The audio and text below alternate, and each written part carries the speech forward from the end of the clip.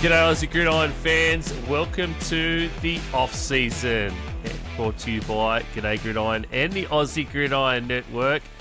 That's right, it is the off-season and I feel like I am in some kind of weird space where I am just realising how little I speak to the people in my real life, because without the three of you, I feel like I haven't spoken to anybody for a month. Boys, we're without football, and it's very weird right now. It's incredibly weird. I miss it. My family likes it, but to them I say a big screw you. I don't know whether my family likes it, because suddenly I'm sitting in the lounge room more often when I usually wouldn't be. Why are you in my spot, Dad?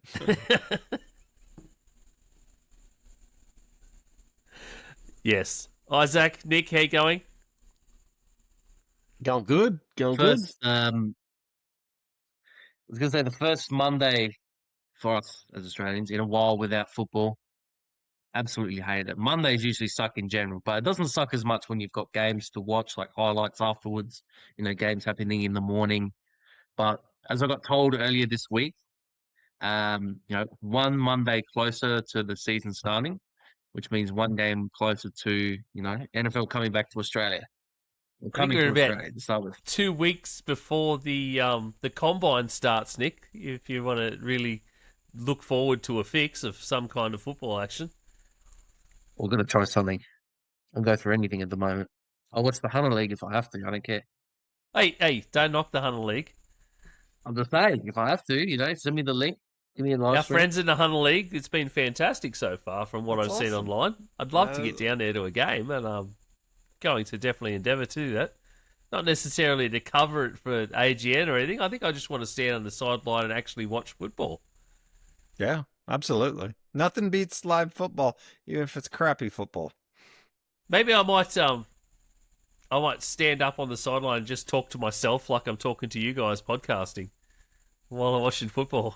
Just because I miss the sound of everyone's voices so much. Commentate it. Until the cops roll up and say, hey, we've got reports of a strange bearded man. Just talking to himself over in a corner. Who are you working with? Oh, look at those tight ends. I like those tight ends. Excuse me, sir. Is your name in the Epstein files? No, they're in the GV files. Yeah, release the GV files. Oh, we're going to get some engagement now, Brad. Well done. Good farming. It is the off-season. We have some stuff to go through in the off-season. What are we going to do? We're going to do something that I have loosely titled and not told the boys about, called The Breakdown, where we're going to go through division by division and talk about the teams and talk about what's wrong. You don't like the name, Isaac? The Breakdown? No, after you were saying about going and watching Gridiron and standing there talking to yourself, naming it The Breakdown is probably the best one. Now I'm going to go through The Breakdown. So anyway, we're going to break down every single team in the league, division by division, and we're going to start tonight with the AFC North. So that's going to be an interesting conversation about four particular teams, who a couple of which are genuine basket cases, and others we really don't know what they are anymore. So we thought this was going to be the most interesting division to start with for this little off-season segment. Of course, we will have normal football action and coverage back eventually, but we'd love to hear your thoughts on all this sort of stuff as we go through it. Before that, though, couple of bits of news from this week. We'll touch on a little bit of news each week. There's only a couple of things out there that are sort of worth talking about. The highest on that list, though, is the Miami Dolphins cleaning house under their new regime. They have officially released two-time Pro Bowl linebacker or outside linebacker Bradley Chubb. They've released wide receiver Tyreek Hill, which is going to net them one hell of a salary cap hit in dead money. They've also released wide receiver Nick Westbrook-Akina, and guard James Daniels. 4 guys all being released from the Dolphins as we sort of expect more to come, but as they start to clean house ahead of the new regime. Yeah, it's they're going to town, that's for sure. They're trying to turn the page and go on to a new direction, but it's still they're in salary cap hell, so we'll see what they do. The big question is, what are they going to do with well, I can't even pronounce. I'm not even going to try and pronounce his name. Tua Tagovailoa? Yeah, okay, thank you. Tua Tagovailoa. So that's going to be the interesting one, especially because of his salary situation. I think he's like 99 million against the cap this year or something ridiculous. So, yeah, hey, they cut Zach Wilson, so that should save him some money. Well, they're already $28 million in dead money in the hole because of Tyreek Hill now. They will save $22 million in salary cap space. The Tua thing is a little bit more sketchy because, yes, they will. He's only in the second year of the massive contract that they gave him, which now looks to be absolutely terrible in terms of contracts, second only to one other idiot in the league. But, they can't really release him, really, with $99 million in dead cap just sitting out there. No. So it'll be what they do with him for this season and whether they try and just eat that money next season. Tyreek Hill's an interesting one, though. He's coming off, what was it? It's an full ACL tear and a broken ankle. And I think it was also his meniscus or something. So it was bad, whatever, whatever it was. And the thing about him is his age. What is he? He's 31, turning 32 before the season starts. So tell me another wide receiver who has got over 1,500 yards at the age of 32. There's only one. Can you guess who he is? No, actually. Wait, say that again, sorry. So what wide receiver has gotten over 1,500 yards after the age of 32? Which Tyreek Hill will be playing as a 32-year-old. OBJ? No. Ooh, this is a nice little trivia would I know question him, here, Brad? It is. Nicholas, I am severely disappointed in you. If we had Manjot, he would know it. Oh, Jerry Rice. Jerry Rice. Jerry Rice. I felt like that was an obvious answer, but I was looking for someone niche. Nah, to be fair, I saw an interview this week. Or something. To be fair, I saw an interview this week with Jerry Rice, and Jerry Rice didn't know Jerry Rice's stats. So, well, that's what made Jerry so good. Is he didn't care about stats. He just did the job. So, anyway, and there's only one Jerry Rice. I don't think Tyreek Hill is in that company. No offense. No, not at all. No one. Where do you think he could go, though, Brad? Well, I'd love to see him go back to KC just to see, but he's got to realize he's not the top alpha dog anymore, or at least he doesn't have all that juice left in the tank. I feel like he'd fit more at the Raiders, like just in terms of just the type of club. Dysfunction. Yeah, exactly. Yeah, well, if it's pure dysfunction, he's going to go like Arizona or Cleveland or something like that. But I think, to be honest, I think I would love to see him also at Pittsburgh. I think I would love to see what McCarthy would do with him at Pittsburgh, and they're in desperate need of a number 2. So, but yeah, there's lots of teams that could use him. Heaps. The Jets showed interest in him before this last contract he signed with the Dolphins. Yeah. Well, I banged on about this. Talk to Aaron Rodgers. I banged on about this again. team last off-season. I reckon he should go to the Bills. Give him Josh Allen. Yeah. Yeah. The only thing I think is in crappy weather. How's he gonna fare? Because really, that is a real thing, and especially because he's had hamstring issues. In the cold, that is a real thing. So, I mean, he's not going to get any better in terms of Miami, unless he maybe go LA. He doesn't have to deal with the humidity there. But That would be my only thing. Like if I was him going from Miami to Buffalo, no, thank you. Yeah, but he had Hill redemption arc.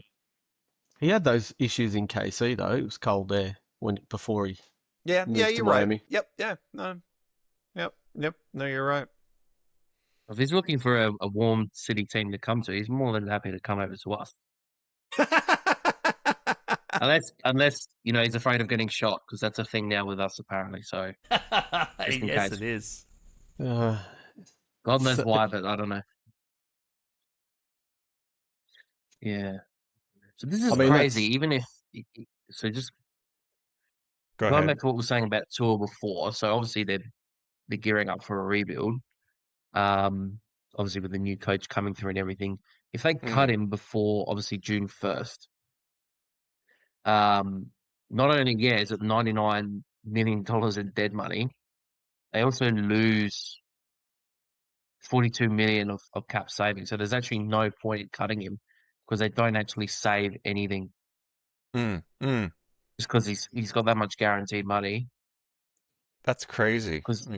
So they at least have to keep him. Yeah. That poor head coach is coming into a hard situation. Real hard. And the only one who really save money is if they trade him. Who's going to take him on that contract, though? Well, far out. Who's going to take him on the contract? So they have to stay with him for another year. So it'll be really interesting to see. They'll probably tank. And then, like we pretty much said it before, a lot more QBs to choose from next draft. So I suppose you learn up for that. Yeah. All right, gentlemen. Do we want to press on ahead and tackle the NFC North? AFC? AFC that North. Too. Yeah. Yes. Lead us in, Brad. The Minnesota Vikings. AFC. Yeah. Oh, yeah, exactly. All right. The AFC North. Let's start with everybody's favorite team. Seems like they're the favorite when they travel on the road. The Pittsburgh Steelers, if you guys don't mind. For the first time forever, Pittsburgh is not defined by the Mike Tomlin era. Stability is out, change is in. So Mike McCarthy comes in, so you're going to see a lot of West Coast, a lot of Super Bowl talk about the fact that he's won a Super Bowl. And he's going to rely on that, and Lord knows he did it in Dallas forever till people get sick of it. And apparently he's an Aaron Rodgers whisperer now. That's the latest word. So, of course, he was the main reason Aaron left, sorry, the other way around, because those two weren't getting along. But apparently now they're all lovey-dovey. So your Steelers suddenly have a new offensive identity. They've got a little bit of cap flexibility, got quite a few draft picks, but they still have a huge question mark hanging over them with the quarterbacks. So what are some of the notable things that you guys see about Pittsburgh in this offseason? You mentioned it just before. Like, it's got to be if Rodgers comes back. If not, who do they get, or who do they go after for that offensive style? So that's there. And worst case scenario is Rodgers doesn't come back, and they go get, say, like a Kyler Murray or another QB out there that's mobile. It might be a mobile QB, and that may be where they want to head down. And as you said, the cap space, they might be able to go chase a wide receiver 2 to help DK Metcalf out next season. But I think their defense is pretty much set. That's still pretty good. It's just on the offense that they've got to go for. Yeah, Nick, what are your thoughts on Pittsburgh? They're in a bit of a weird spot. More so because, like Isaac said, that their defense is set. The question is for how long? A lot of their better guys are older. TJ Watt is on the wrong side of 30 now. Can still produce at a high level, but obviously they've just given him all that money, so he's not going anywhere for a while now. They've got Cam Hayward still there. They've got some other guys on the back end, like Jalen Ramsey, who's a bit older. So they do need to prioritize offense, though. That is the thing. They need to protect whoever they've got back there. If you're looking for a name that they probably might be able to go after that would be relatively cheap, that you might be able to get something out of with Mike McCarthy, they could maybe go after Malik Willis, who showed a bit with Green Bay. Yep. But they need speed, man. They need speed. They need someone that obviously can be a two, can be maybe a bit of a deep threat, more of a premium receiver. You could probably get one of those in the draft. There's usually, a bunch of guys that receiver-wise you can get value off, in whatever round. Probably need a running back as well. Offensive line probably needs a bit of retooling. So definitely offensively, but you'll get a bit of uplift from Mike McCarthy. So it'll be interesting to see how they approach it. But like you said, they've got a bit of money to spend. So they can go and try and get Malik Willis. They can sort of outbid a few teams that might need him. Mike McCarthy can work with him there. Then they just need to upgrade what's sort of around them. And they can mainly do that through free agency because they've got that money. Because the draft is more so defensive this year. So definitely a good idea for them to be able to go through with sort of spending a bit more on offense. Yeah, it's really interesting to me because they've got $45 million in cap space, which is the 9th most in the NFL. They're going to have apparently 12 picks in this draft. So, and you got to wonder, okay, what are they going to do with some of their guys? Are they going to offer them, like Joey Porter Jr.? Are they going to offer him an extension, that type of thing? Because I think this roster could look completely different than what we're used to or what you saw at the end of the year. And I'll be really curious to know because, exactly what they're going to do in that wide receiver room. Because McCarthy's system is all about, it's a West Coast system. So lots of slants, lots of stick concept. And he does heavy motion. He had one of the highest motion rates in the league when he was with Dallas, and he does a lot of running wise. He does a lot of zone and duo stuff, and they've got a decision to make about Gainwell, the running back, because he was huge for them, and he's going to be a free agent. So are they going to bring him back?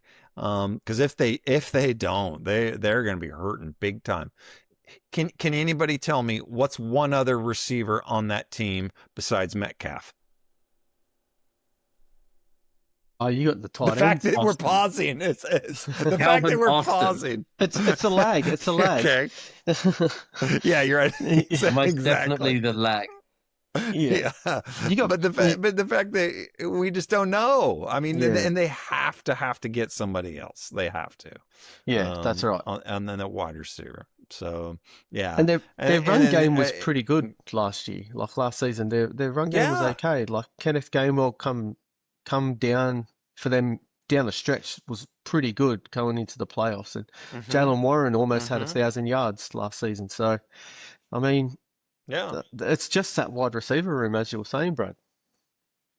Yeah, absolutely.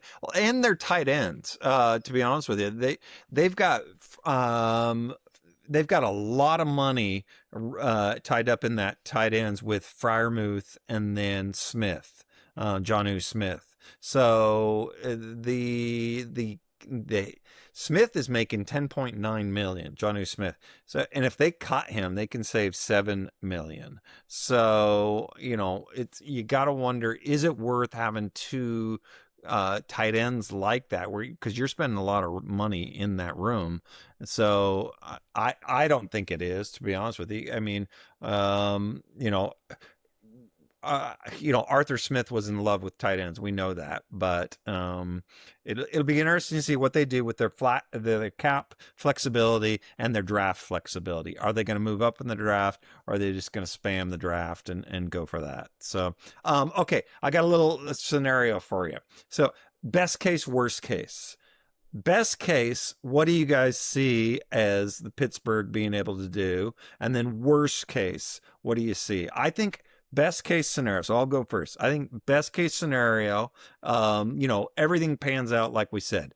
I think probably the best case is Rodgers returns for him, and it gives him a 1-year bridge. McCarthy is known to to turn things over fairly quickly. You saw it in Dallas.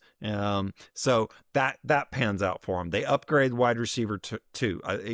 All these things. Defensive still stays stable. Cam Hayward comes back for another year. He was their best defensive player. All those things pan out.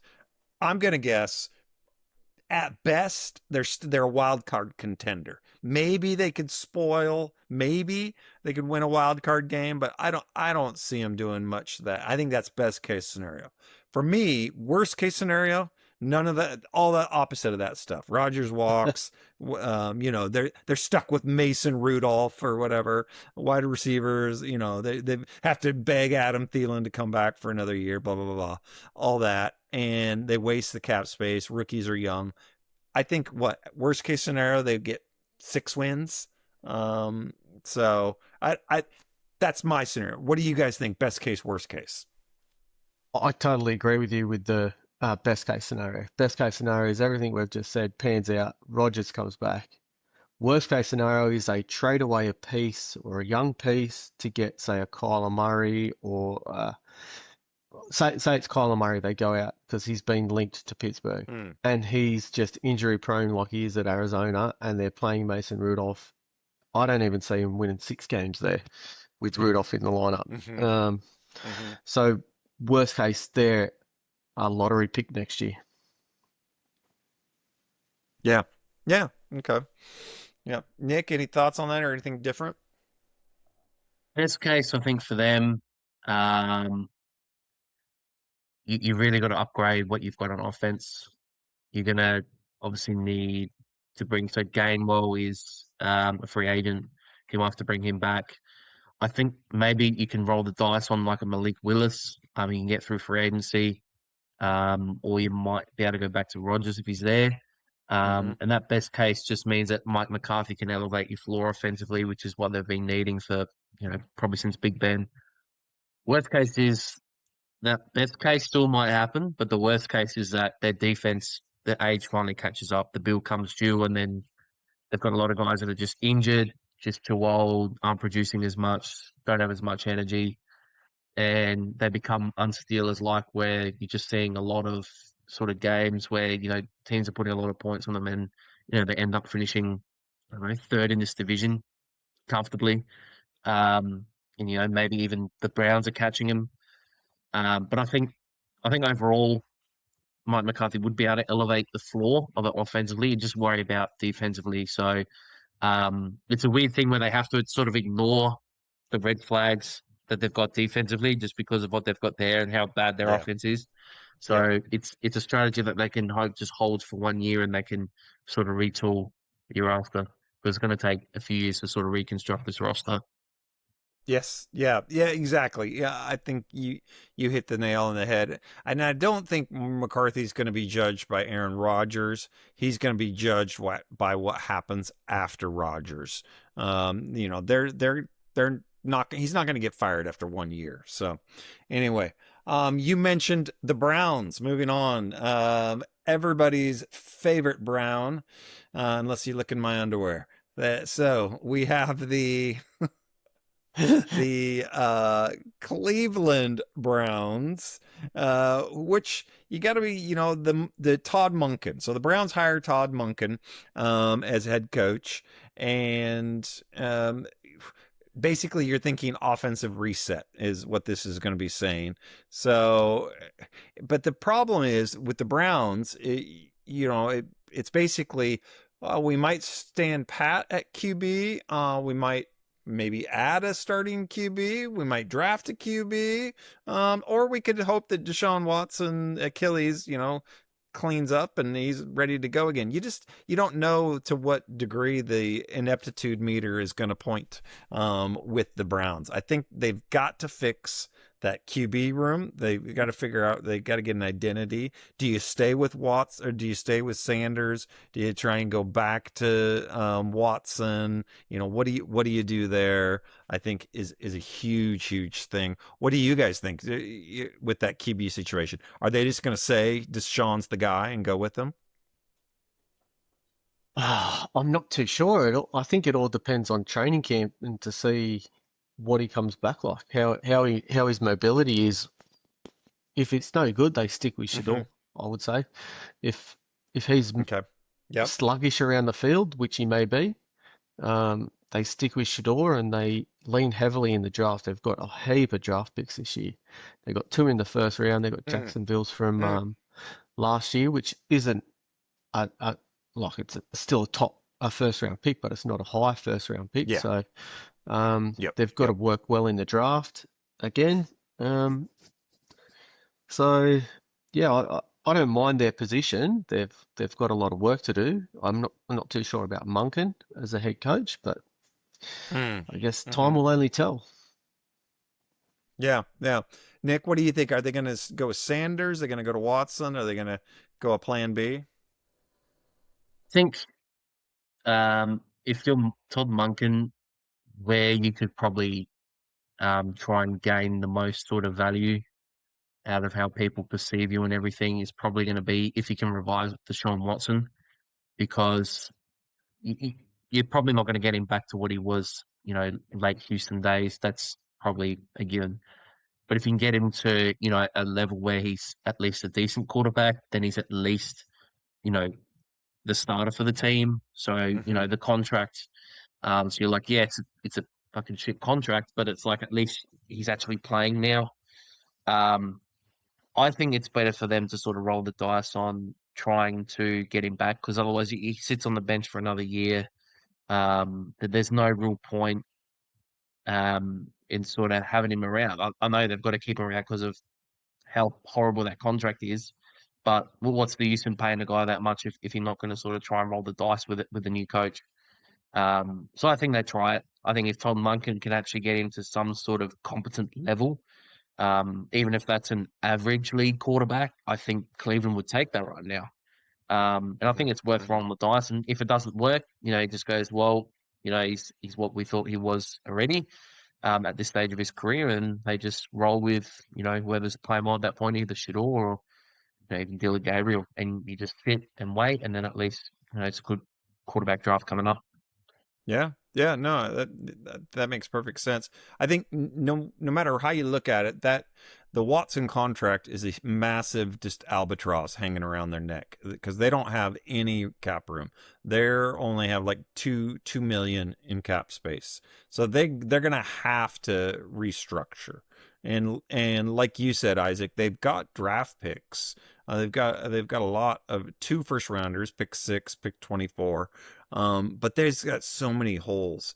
They got to rebuild that O line. They got the wide receivers again. They've got to figure out and get some depth at wide receivers. That seems to be a trend. And come up with that identity, like we said, in the quarterback room, stabilize that quarterback room.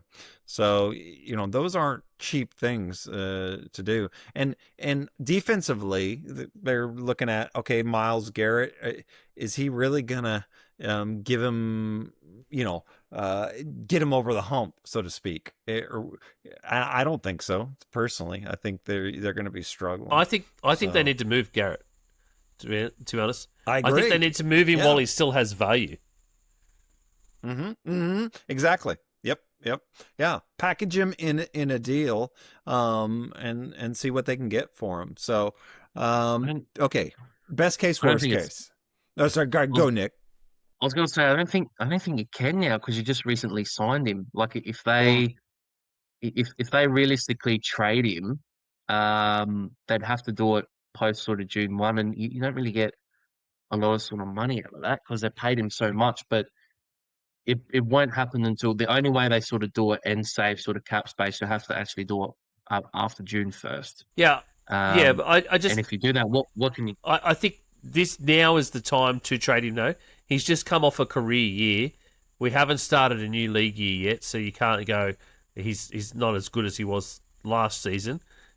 See, you just try and get some firsts out of somebody, or first and seconds and thirds. Just get some kind of draft picks out of one of these teams that are also massively needy, because I think the Browns, the biggest thing the Browns need is personnel, and they are probably, like, let's be real, they're 3-4 years away from being a properly competitive team in multiple Yes. phases of the ball, not just defensively. So it's you've got to do that, to achieve anything right now is you need picks, you need free agents, but to get free agents you need money. You don't have money, so let's just go picks and start building.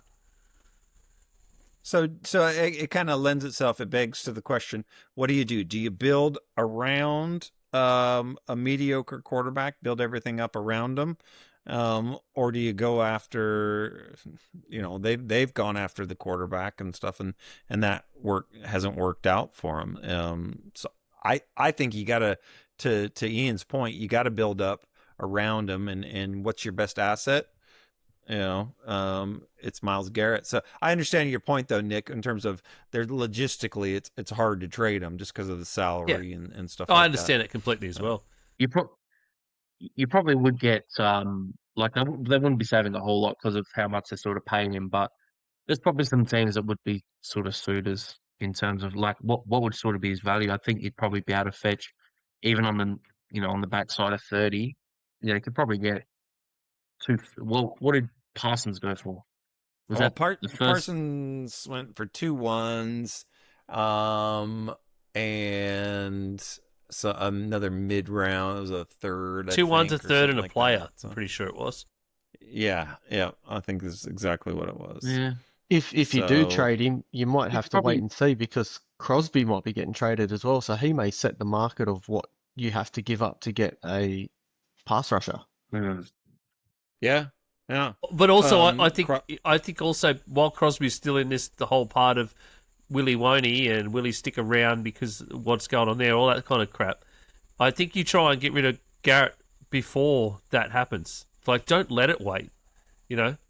Be the first one out there to say, I want this. So that needy team you get the best deal possible. Because I think in terms of picks, if you wait, if Crosby goes first, then you've probably missed the best deal you could get. And you're only going to be taking seconds after that. Well, yeah. And we'll get to him later, but Trey Hendricks for, Cincy.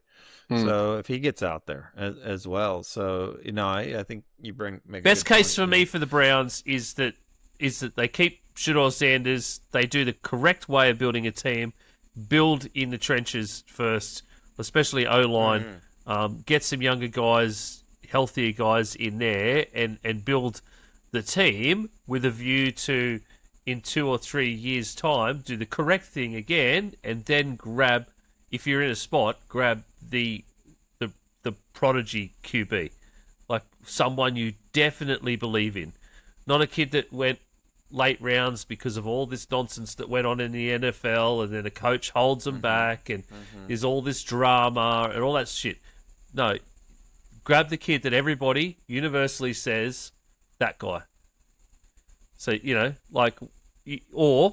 or go down the route of so many other teams in the league, probably another third of the league, and just go out and get veterans.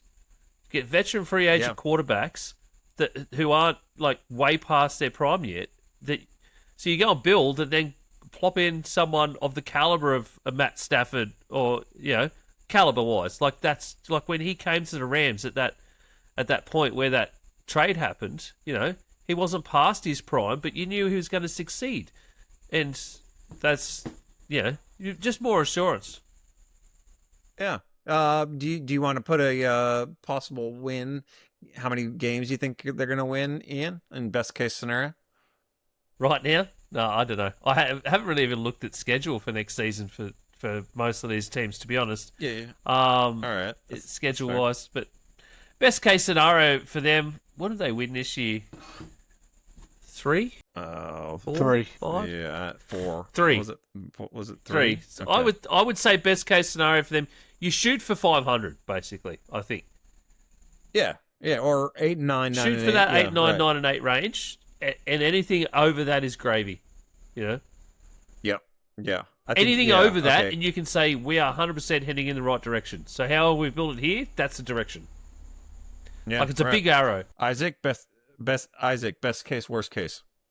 Best case scenario is they trade away Myles Garrett, get those picks, and build from the trenches, and they're competing for playoffs in next 2 or 3 years. Worst case scenario is they continue to eat Deshaun Watson's contract because they got it, they made it, they did that deal, and they suck and they're back in the same position. They're just treading water at the bottom. Yeah. No, until they're finally done with that deal. Yeah, that's right. Oh, they'll never be done with that deal. For me, the absolute, and I didn't say it, but the worst case scenario is that they go out and they do all this work in the off season, in free agency, and the draft, and they pick guys and they sign guys, and then they win 3 games again. That's the worst case, because then all of a sudden you're going, what direction are we in here? Look, what are we doing? We're rudderless. We're just, yes. Yeah. No, I hear you. Nick, best case, worst case. Best case, it's actually a big QB focus for me on both sides. Best case scenario is they actually do get something out of Deshaun Watson and or Shedeur Sanders. If they can get one of them to be at least competent, they can say, well, at least they've got someone sort of. And on the flip side, though, the thing that would sort of worry me the most is that going off of how weird Cleveland are and their decision making, they've got that pick from Jacksonville as well. So if they end up sort of flipping that and trying to trade up with maybe the Raiders for maybe Fernando Mendoza, which is probably the opposite of what Ian said, doing the get the quarterback first, then build around, which is obviously the worst way. That is something I could see them doing. The other thing that people don't realize as well is that even if they do keep Myles Garrett, the loss of Jeff Schwartz as well, Jim Schwartz, how big of an impact that will have. So probably more leaning towards what happens on the worst side than sort of the best side. But if they can get some good sort of way to get one of their quarterbacks going that they've got at the moment, hopefully they select another one, then they can at least sort of maybe win more than half a dozen games. Super quick. Yes, no. Does Deshaun Watson play this season? Yes. Yes. Interesting. And I say just purely to see if they can build some trade bait. I think that's why they do it. I don't think you can trade him. I think it's just more so can they just actually get him to play. Well, if he can't play, then they're pretty set on just saying, all right, it's quarterback the next draft. I think I say that with the qualifier that they're going to get him to restructure his deal, because I think maybe he thinks, okay, I need a different place to go, and there's no way I can go anywhere else with that contract. You're right. With that current contract, there's nothing he could do. So, all right. Yeah, I think best case, just what, like you guys said, 500 team. They're maybe sniffing a wild card. Anything over that would just be ecstatic. Worst case, they're just right back here where they're at. All the Watson drama still there, QB carousel, all that kind of crap. So, and another year of Myles Garrett wasted. That's the worst case scenario with that. All right, let's transition to another crappy team in the AFC North, but interesting, and let's see if they can turn it around. Your favorite Cincinnati Bengals. Burrow is basically his window is wide open as a 7-Eleven on Christmas Day, and the offense is built to contend. You got Burrow, Chase, Higgins; they're all locked in. The defense, though, is an absolute Titanic mess, and my apologies to the Titanic for comparing them. But it's and now they're looking like they could lose their best pass rusher as well. The Bengals do have some resources to fix it, but we'll see. What do you guys think? I don't want to talk over the Bengals too much. What do you guys see as their biggest issues, and where do you see them going in this offseason? You hit the nail on the head there. The biggest issue is defense. It's been that way for however long I've been following the NFL, and to lose their favorite, or to lose one of the best pass rushers in the league, it's going to get even worse. Like I don't think there's any way he comes back after what happened last year. So he's definitely out the door. So what do you do there? They've showed that they can't bloody draft anyone because they try and put sneaky little shit in their contracts. So, Yes, that's right. um, That is right. who knows what they're going to do? Like the offense, just they need to build that offensive line to protect Burrow. With again, it's the same thing.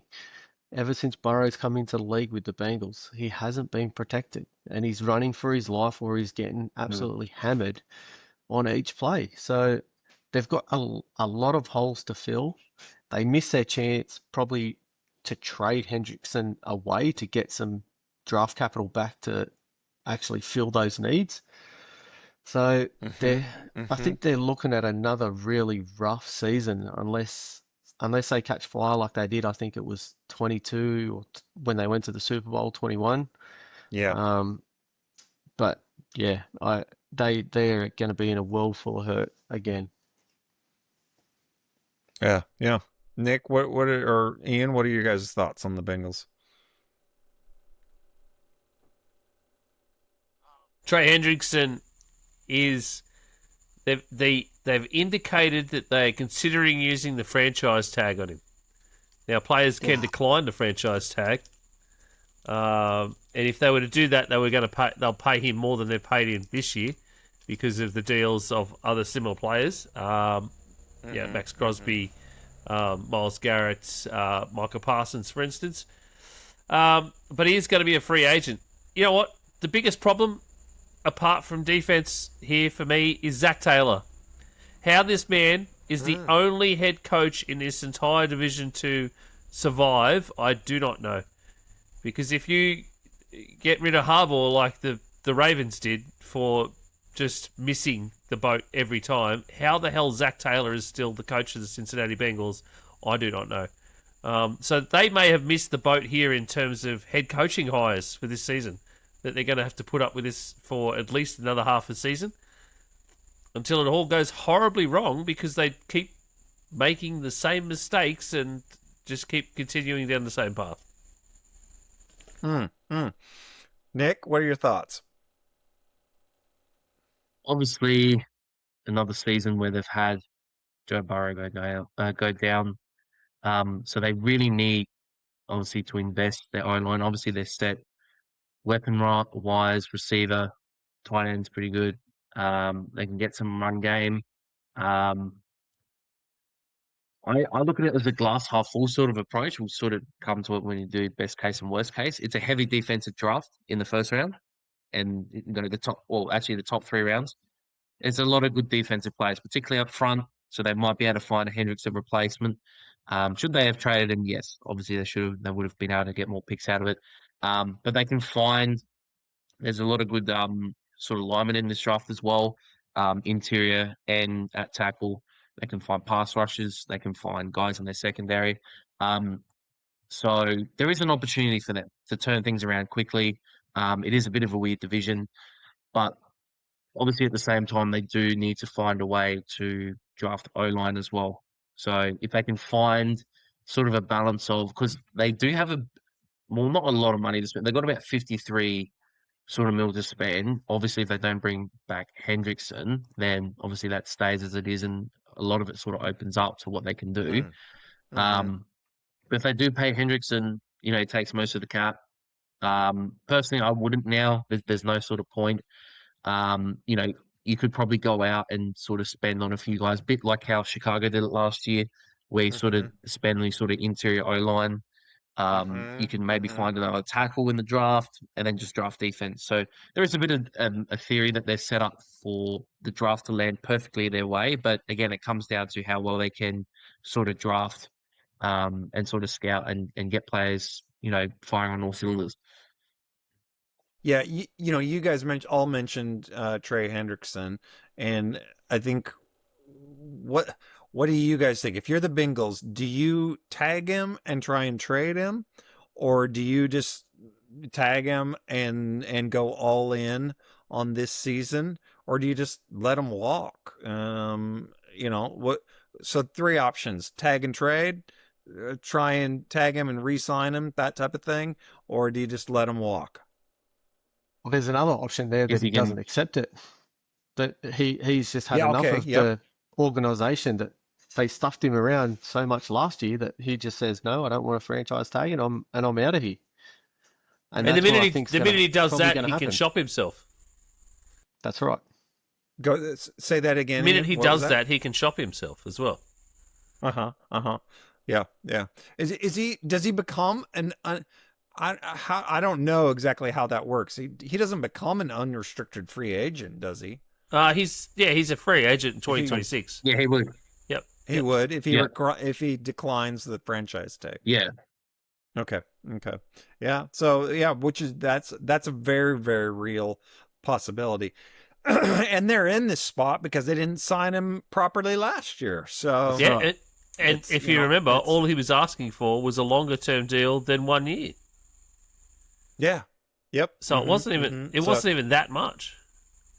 Yeah, it's just frustrating when you see organizations so incompetent run their teams so incompetently. So especially when you have one of the, or arguably the best quarterback, arguably, in Joe Burrow right now. So all right, let's go play best case, worst case for these guys. Nick, you're up first. Best case, worst case. Best case, like I said just before, if they can hit on the draft. It's a big off season for their GM. If they can hit on the draft, get some defensive guys in those sort of first few rounds, they'd be a little bit better defensively. And obviously, if they can keep Joe Burrow sort of upright with investing in their O-line, a bit like Chicago did, they can definitely secure a top 2 spot in this division if they can hit all of those sort of picks and sort of transactions. Worst case again is that their defense struggles again, and they sort of have kept, a bit like what Ian said before, they've sort of missed the carousel of the coaching because all these guys with a bit more experience have sort of come available. Now they've been and gone. So, let's say, Joe Burrow is a bit in and out. He's not season-ending injury, but, he misses half a dozen games again because they couldn't get O-line right, or, he's we just go, yep, he's just injury prone. Then, you've got a quarterback that's on big money that is injury prone. Plus, what do you do with Zach Taylor? He's an offensive guy. They can't get their offense sort of consistent enough where they've got all their guys available. And for an offensive guy that, you look at guys around the league like Andy Reid, Sean McVay, these guys who are, brilliant offensively can rebuild offensive lines pretty quickly. So the fact that Zach Taylor wouldn't be able to do that is, a lot on his part with being able to get the guys sort of working in his favor. Yeah. Yep. I get it. Ian. Best case is Joe Burrow stays healthy. They get, as Nick said, some offensive line help. They do something miraculous with that 10th overall pick and pick the correct player rather than just picking another edge rusher or a safety. And they actually do something. So, Zach Taylor finally figures out whatever the key is to get them back to a Super Bowl. And that's the best case scenario. Worst case scenario is they float on like they did this year, where they've paid the offense way too much money. They forget about backup quarterback, even though they've got a quarterback who is essentially made of glass at this point. And they don't do anything at all with the defensive side of the ball. And they finish at this same point that they did, fourth in this division, which they can't manage that. Third or fourth in the division again, the way this division is right now, is not good enough. Yeah, but Taylor still will probably come back for another year. Isaac, what do you got? Best case, worst case? I'll just echo Nick and Ian on that. Best case scenario, they find something offensive line. Defense is mediocre, which helps out. That's about it. The worst case scenario is Joe Burrow has enough and he demands a trade and he wants out of there. Yeah, There have been some whispers that he may become available, and if they don't get protection on him this year, I reckon this is a year where he says, "All right, I've had enough of this shit. I'm out of here." So that, then they go into complete rebuild mode. They do the fire sale. Burrow's gone, Chase is gone, Higgins is gone. If they franchise tag Hendrickson, he's gone, and they just stockpile draft picks. Yeah. And they can have 2 firsts and 2 seconds from the Vikings right now for Joe Burrow. Easy. Oh yeah. No, I guarantee you some team would offer 3 firsts and change for Burrow right now. Yeah, just because Arizona, somebody, one of these teams would. It would be unreal if he went on an open bidding market. He can come. Come play in Minnesota. Great facilities. They look after their players. You know. If we still had scorecards, top of the list again, A+. Yeah. I like it. If you don't want to win a Super Bowl, in my mind, go to Minnesota. Yeah, it doesn't matter. No. Joe Burrow's window is always open. As long as he's playing, it's always open. Isaac, that's what we opened with. He's just got to be playing. He's just never playing. Yeah. He just needs yeah. That's the problem. That is exactly the problem. I think I echo what you guys say. Best case is that offensive line holds up. They get a little bit of pass rush in that interior. They need that. Burrow stays healthy.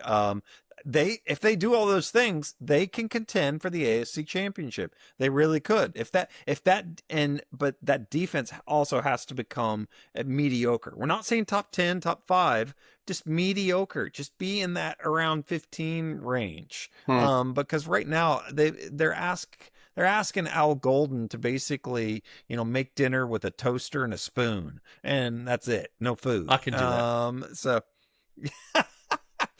I could stick the spoon in the toaster if I had that. Are you talking are they just the utensils, Brad? Do we get food on top of that? Because no. Well, no. Well, okay, all right. Toaster, spoon, a tin of beans, mate. I'm set, righto.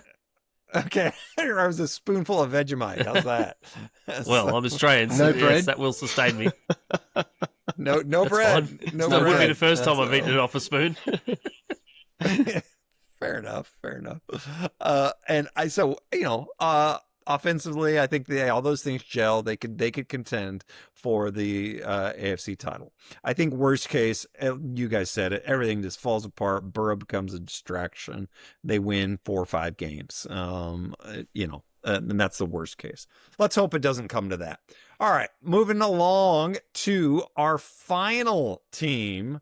One of the biggest disappointments in the NFL this season. A lot of people had them picked to go to the Super Bowl. Of course, you know who I'm talking about, the Baltimore Ravens. So Baltimore just did the unthinkable. John Harbaugh is out, and the Ravens are officially in a new era. They replaced him with Jesse Minter. He's got a defensive mind with Raven roots, also connected through Michigan. So there's that connection as well. And despite the chaos, though, the front office has kind of done what the Ravens always do.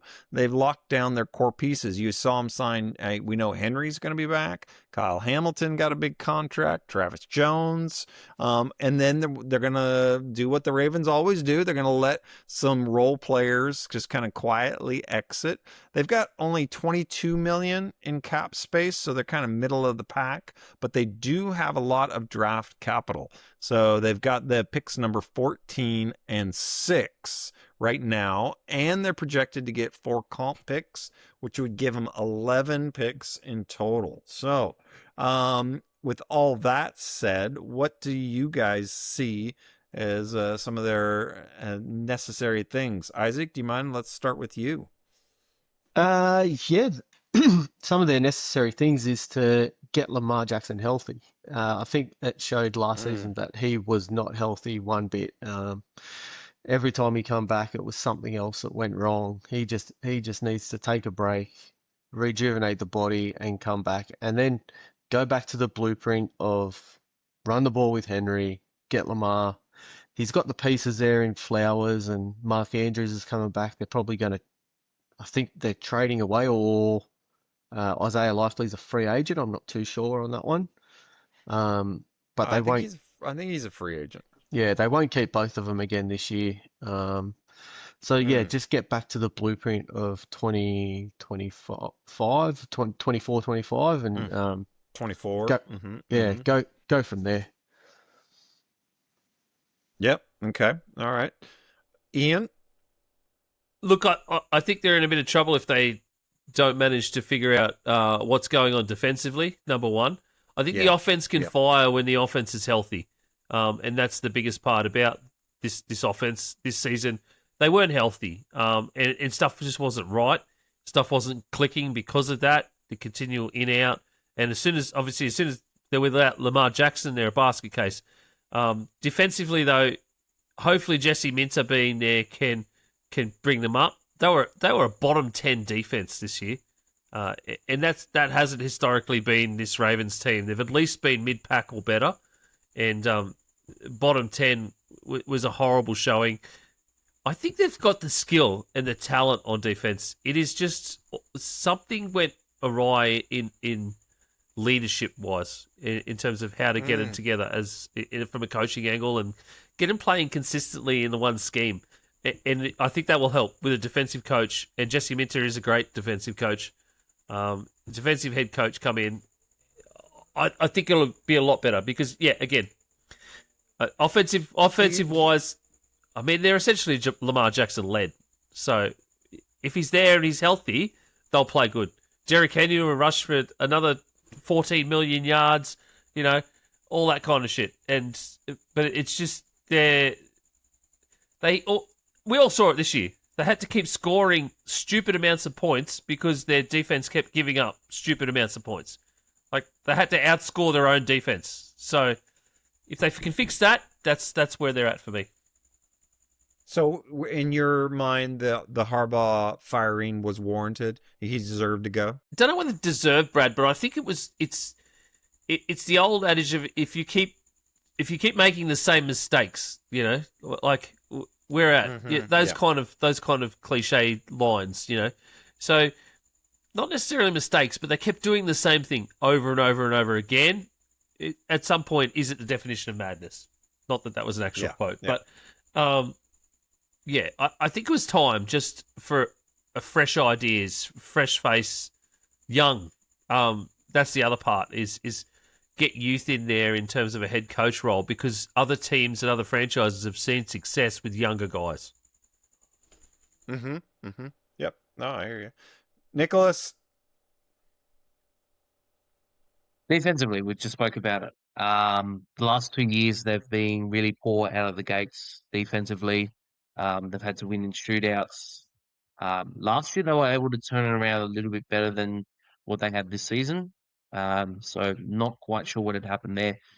Definitely up front. You talk about defensively up front. They've got the talent on the back end. They need guys that can get to the passer badly. They need guys that can stop the run. But if you can't get to the passer, then they've got a lot more opportunities on the back end to break down, which is what's happened. I think in terms of what they got offensively, it's really just about, obviously, like we said, Lamar staying healthy. What do they get out of Minter? What do they get out of a new OC? It's going to be interesting, really, how they sort of approach this offseason. They don't have a lot of money to spend. But in saying that, as we've spoken about it, it's defense-heavy draft. You can find some guys that can play up front for you. So there'll be some opportunities for this team to obviously make the correct calls on certain guys and obviously be competing again. Let me throw you a number at you, see if you guys can figure out what it is. 60 in 2023, 50 in 2024, and 30 in 2025. Those were the Ravens. Any idea? Touchdowns conceded? They were their sacks. So 60 in 2023, 50 in 24, and 30 in 25. So their pass rush fell off incredibly, like what Ian was talking about earlier. So they really got to work on that pass rush. And then to me, one of the biggest questions is Tyler Linderbaum, their center. So I think he was one of the top guys that I reviewed when we did our first draft palooza. I was big on Linderbaum, as were a lot of people. But they've listed him as an unrestricted free agent this season. So if he hits the market, he's the type of team center that teams could throw just stupid money at. So I wonder what they're going to do with him. Are they going to re-sign him? Because they still need interior offensive line help. And so if they lose him, they go from bad to worse. And that could be a huge situation. So I'm eager to see what happens there and what the impact that has. And then wide receiver, they gotta make some moves at wide receiver and cornerback and tight end. So yeah, all those things, like you guys have mentioned. All right, best case, worst case. Isaac, give it to us first. Best case is they stay healthy and they return to 2024 form where they were one of the best teams in the league. Worst case is Lamar goes down with a serious injury and this is another write-off season. Yeah. Do you see Isaac? Can you see him getting to the Super Bowl? Best case. Yes. Yeah. Okay. A set of fresh eyes in Minter, like you guys are saying, fresh eyes, fresh defensive mind will kick that defense into gear again, and they'll push on. I can see them going to the Super Bowl next year. Cool, Nick. Best case is they can get some guys up front that will help. More really on both sides of the ball.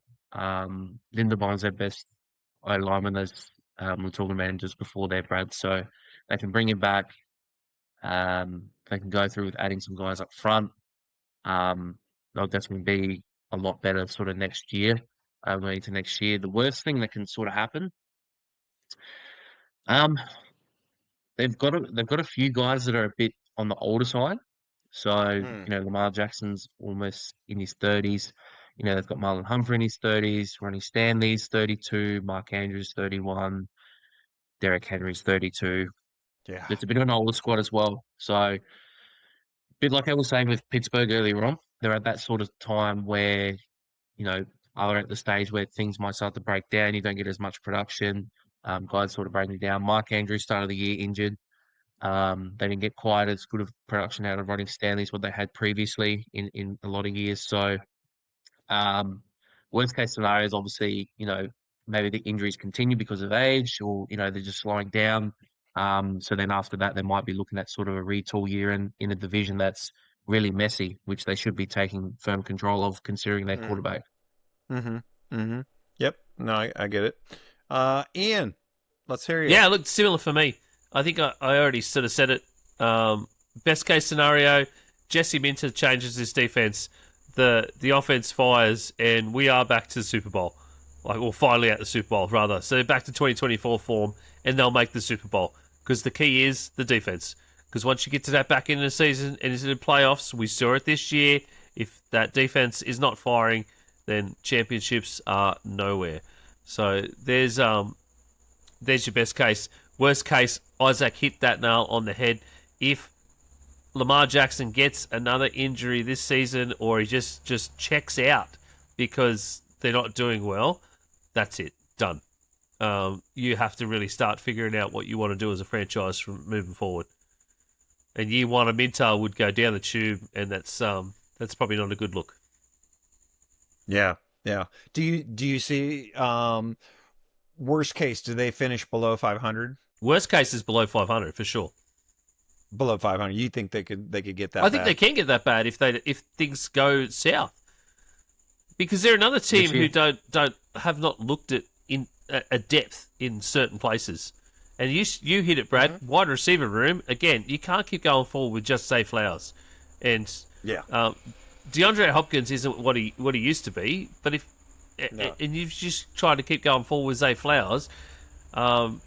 He's talented, but he's also very up and down. And as soon as teams figure him out, they're done. I don't think he's a true number one. I think he's a great number two, but I don't think he's a true number one. So they need a true number one. Them and many other teams. Yep. Yeah, exactly. Get in line. Hold my beer says 3/4 of the NFL. Yeah. You guys, we've all said it. Best case, they're back in the Super Bowl. Worst case, everything falls apart. The age starts showing. I still think they're competitive. Like I still think they get in the worst case scenario. They're this year's Kansas City Chiefs, I would probably say. So I don't know how many the Chiefs won this year, but that's 6-11, kind I think. of Yeah, so pretty close. yeah. Yeah. I think that's their floor. So there you go. That's we just did the NFC North, gentlemen. AFC, thank you. Um we we just did the AFC North. I think it's a tough division. That's for sure, and it could go either way. You got teams like the Bengals and Ravens who are Super Bowl contenders, or could finish way below that and things could implode. So it's going to be a fun division to watch, one of the funnest in the NFL. Yep. Ian, what else do we have? That is it. Well done. The breakdown, AFC North edition, done and dusted. Thank you, boys, for holding in the fort. If anyone hadn't realised by the sultry tones of my voice, I am getting sick. So Brad taking over tonight and just running the ship here has been amazing because I haven't had to talk that much. Boys, I'm going to hit you with it live on air. What division do we go for next week? Well, I think because Brad said it the most, NFC North. Do you want to go to the opposite side? Yeah, Brad said